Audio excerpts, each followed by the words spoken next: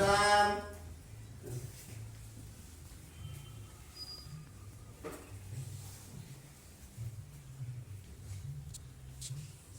Masuk. Sini, Bode. Pergi. Sini, duduk. Memarahi anak itu nggak boleh di malam hari. Di malam hari nggak boleh. Mau tidur itu nggak boleh dimarah. Karena apa? Nanti terbawa mimpi. Nggak boleh memarahi anak semasi anak ini masih makan. Masih makan tuh nggak boleh dimarahi. Nah, tujuannya apa? Supaya anak ini pintar, sekolahnya pintar, nggak dablek. Jangan sedikit-sedikit marah, anak ini diomongin yang nggak bagus.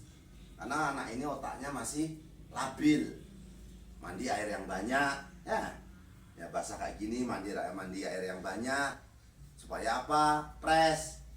Untuk menghilangkan trauma, mungkin trauma di sekolahan dimusuhin oleh saudara-saudaranya ataupun dimusuhin kawan-kawannya.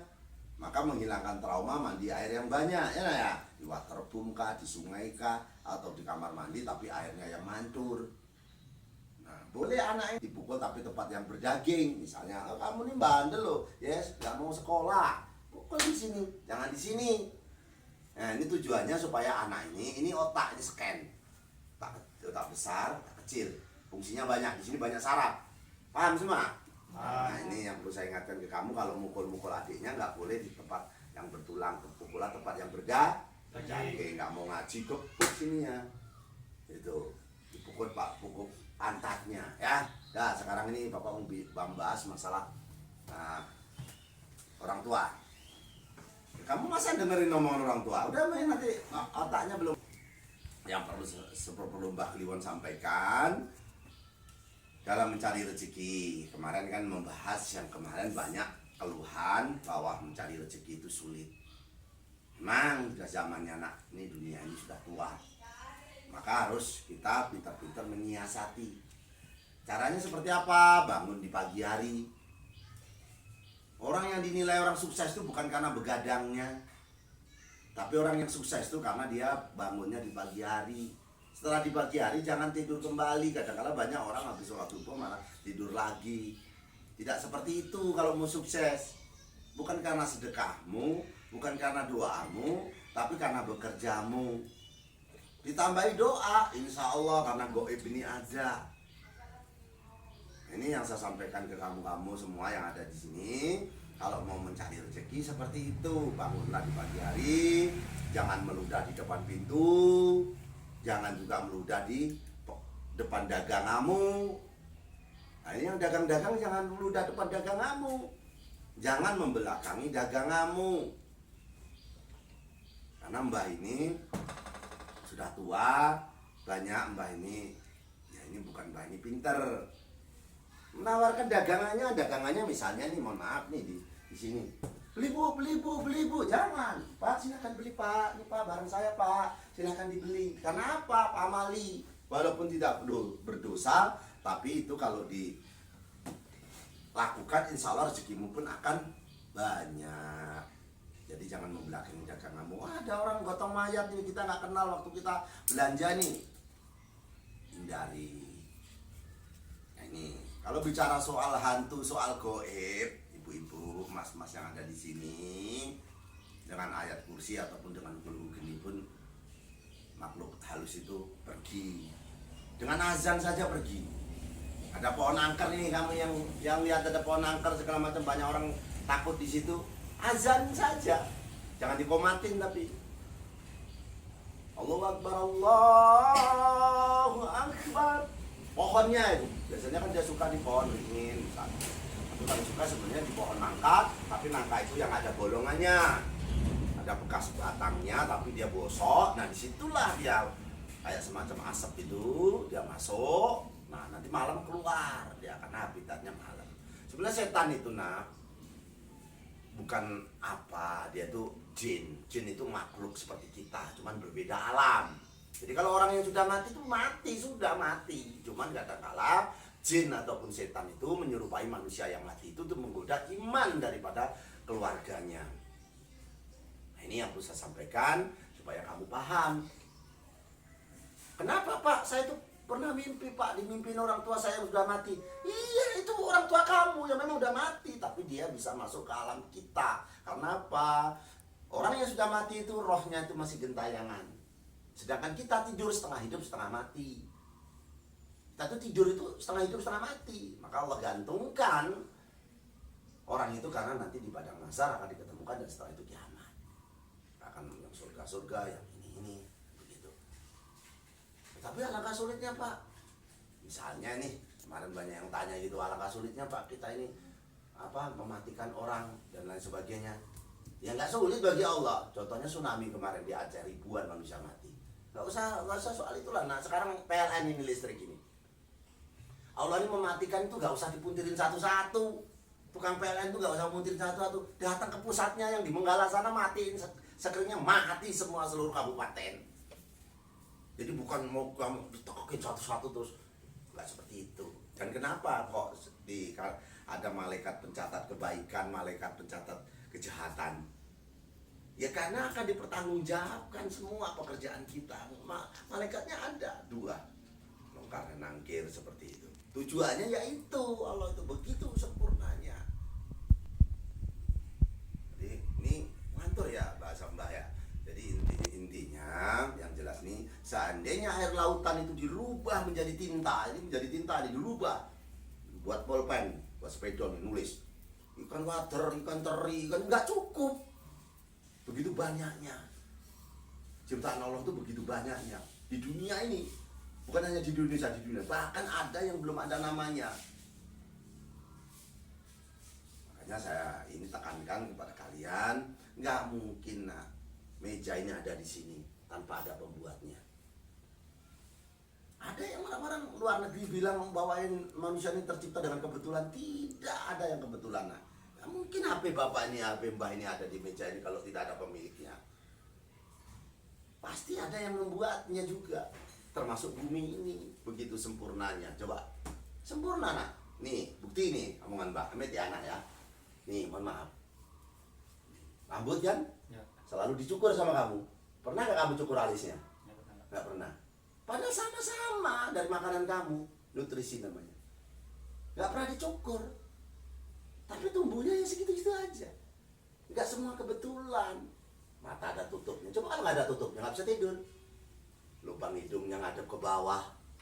Ini aja udah bukti bahwa itu ada penciptanya. Lubang hidungnya ngadep ke bawah. Coba kalau ngadep ke atas. Hujan kemarin nggak boleh keluar kan? Kalau Mbah ini ngajinya ngaji rosona, ngaji rasa. Jadi kita tuh diciptakan pasti ada yang menciptakannya. Nah kembali ke permasalahan kamu katanya apa keluarnya? Jadi ingin mencari pasangan. Jadi kalau mencari pasangan tuh ini mohon maaf ya, kamu setiap pagi biasakanlah kamu tuh berwudu walaupun nggak sholat. Pagi mau tidur itu. Jadi yang kamu doakan itu diri kamu. Doakan, jangan orang lain dulu. Ya Allah terima kasih saya masih bisa napas ya Allah, Al-Fatihah. Diri kita ini kita isi. Kenapa di sekolahnya ada namanya sehat jasmani dan rohani? Jasmaninya sehat kita olahraga, rohaninya sehat karena bersekolah, ilmu. Nah, sehat jasmani, begitu juga kamu.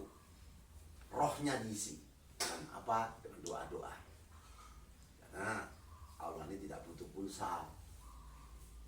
Karena Allah ini yang membuat manusia, menciptakan pulsa. Memang butuh pulsa. Allah tidak butuh makanan. Allah yang menciptakan, dia butuh buah. Nah ini kembali ke kamu. Kalau tadi masalah kamu tuh ingin mencari pasangan, yang kamu lakukan pertama sering-seringlah wudu. Karena apa? Air wudu itu membuka daripada mukamu supaya mudah enak dilihat. Bukan mudah dilihat, emangnya bisa dibilang nggak? Enak dilihat. Jadi seringlah mengenai air wudu. Karena air wudu itu walaupun tidak untuk sholat, tapi bisa menjatuhkan dosa-dosamu dari sela-sela kuku kita. Dari kuku itu jatuh dosa-dosa kita berjatuhan dengan wudhu. Bersihkan semua dari lubang ini, kupingnya, lubang hidungnya. Jadi sangat berguna.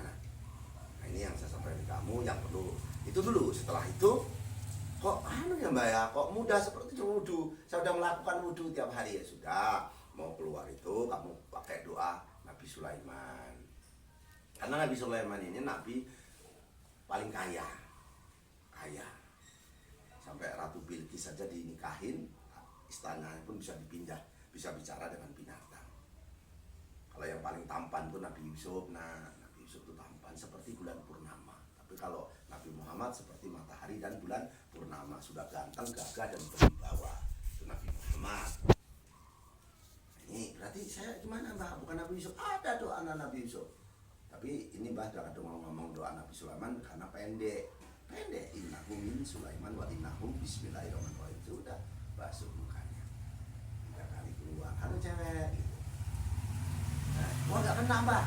Kasih itu nak bawa tai lencong, tahu nggak? Tainya ayam tuh. Mesti kamu tuh ngejar kamu nanti ceweknya itu. Yang nggak semudah itu. Nah langsung wah kena Mbah. Nggak kena Mbah ya. Itu melalui proses ya. Harus diasah dulu. Innahu min Sulaiman wa innahu bismillahirrahmanirrahim. Bangun tidur, doakan diri kita. Ya Allah, terima kasih Engkau masih kasih nafas untuk saya. Karena nafas itu yang paling berharga. Nah, di rumah sakit itu udah berapa? Jadi rezeki ini banyak orang ngomong dikit-dikit rezeki itu duit, dikit-dikit rezeki duit itu nosen. Oh, bahasa Inggris tuh. Ya, bagi saya itu bukan nosen. Jadi harusnya ya kesehatan. Yang paling utama itu kesehatan. Karena jadi yang dibacakan Fatihah itu untuk diri kita, karena kita bangun tidur dan nafas. Mau tidur pun harus menggunakan wudhu tadi. Kirim orang tua kita misalnya yang sudah meninggal, kan menggantung nah. Orang tua kita tuh bisa kemana-mana karena menggantung. Tidur kita juga menggantung. Nah itu ilahi Al-Fatihah, mamaku namanya siapa, sebut. Ya kalau masih bisa semuanya sebut. Tapi kembali lagi ke inti nak, yang jelas kamu tadi cari pasangan. Oke, cari pasangan seperti itu doanya. Tapi yang terpenting adalah adabnya, tata cara kamu bersopan santun. Karena wanita ini nak, perempuan ini suka digombal. Nah, wanita ini suka digombalin, laki-laki suka gombal, gombalin. Jadi 11-12 ya. Jadi mudah sekali. Jadi wanita itu godaannya adalah uangnya nah ya. Uang. Kalau kamu nanti kerja dapat duit, insya Allah nggak usah pakai peletnya Mbah aja selesai.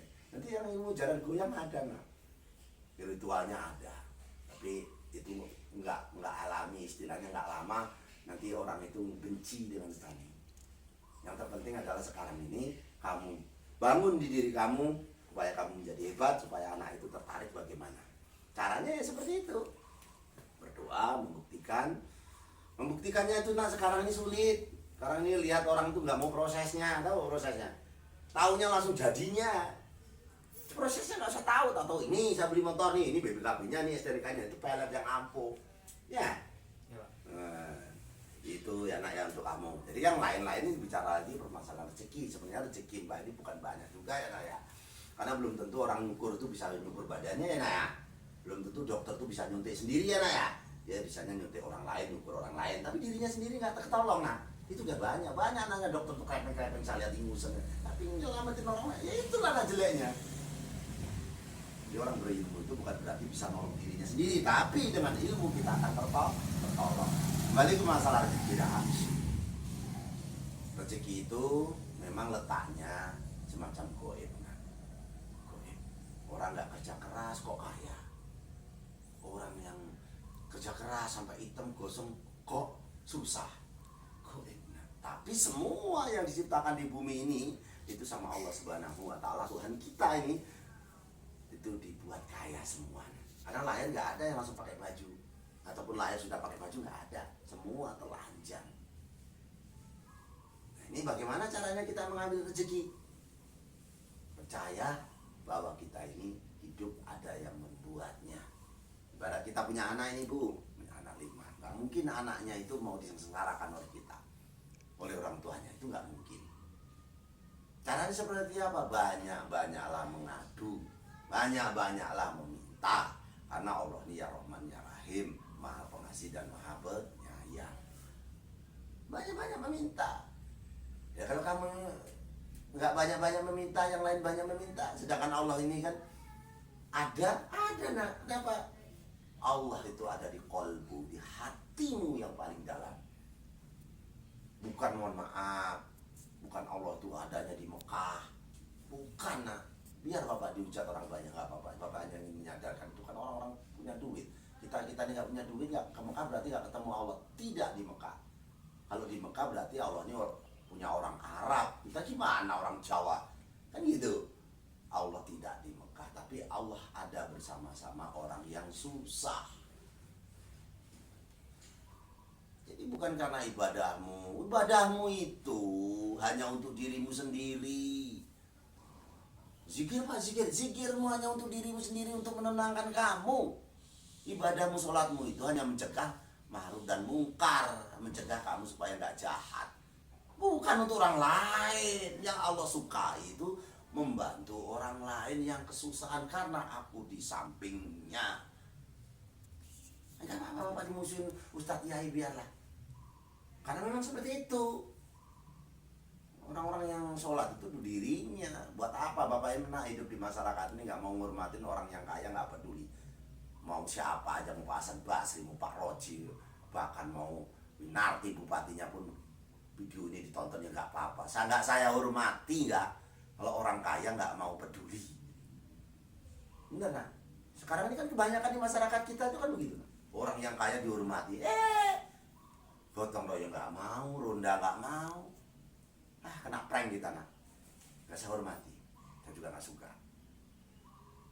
Itu yang perlu saya sampaikan ke anak-anakku semua yang hadir di sini. Kalau ilmu pelet seperti itu, nah ilmu rezeki, siap orang dilihat bukan dari begadangnya, tapi bangun paginya. Bangun paginya untuk apa? Satu, kalau melaksanakan sholat ya sholat. Kalau memang belum bisa melaksanakan waktu di luar agama Islam ya bekerjalah. Karena di situ dibuka, ditabur rezeki itu. Burung tuh keluar kaki, pulang sore kenyang perutnya, anaknya kenyang semua. Iya, ditabur dari segala penjuru sama Allah. Makanya saya lihat orang itu yang sukses itu pasti bangunnya pagi, nah. Bukan karena senang ke dukun atau ke tai itu tidak, nah. Tapi orang yang senang bangun pagi. Tapi begadang nggak apa-apa, nah. Jadi orang banyak begadang itu bukan orang yang sukses, nah.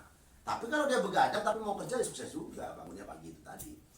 Karena Sunan Kalijogo ini nak cerita ini Bapak sedikit. Sunan Kalijaga itu kenapa lebih sakti dari yang lain?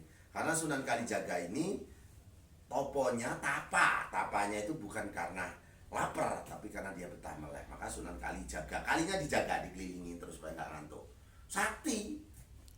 Nah, kalau bicara kesaktian bukan tempatnya ini nah. Yang jelas pada hari ini kita bicara tentang bagaimana kita supaya jadi manusia dan kita dimanusiakan. Itu saja. Kalau masalah cari rezeki ada cara-caranya, ada adab-adabnya.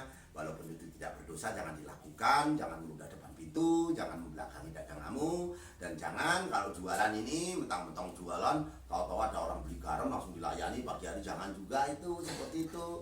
Tunda dulu, kalau udah ada yang beli kasih. Oh kok mbak jam 10 kayaknya barangnya enak. Ini soal garam kadang-kadang orang kecolongan. Karena garam ini Allah ciptakan ini sebenarnya untuk mengusir setan, bisa untuk datangkan rezeki, bisa. Garam gosok ya, jangan garam yodium ya. Untuk melet bisa.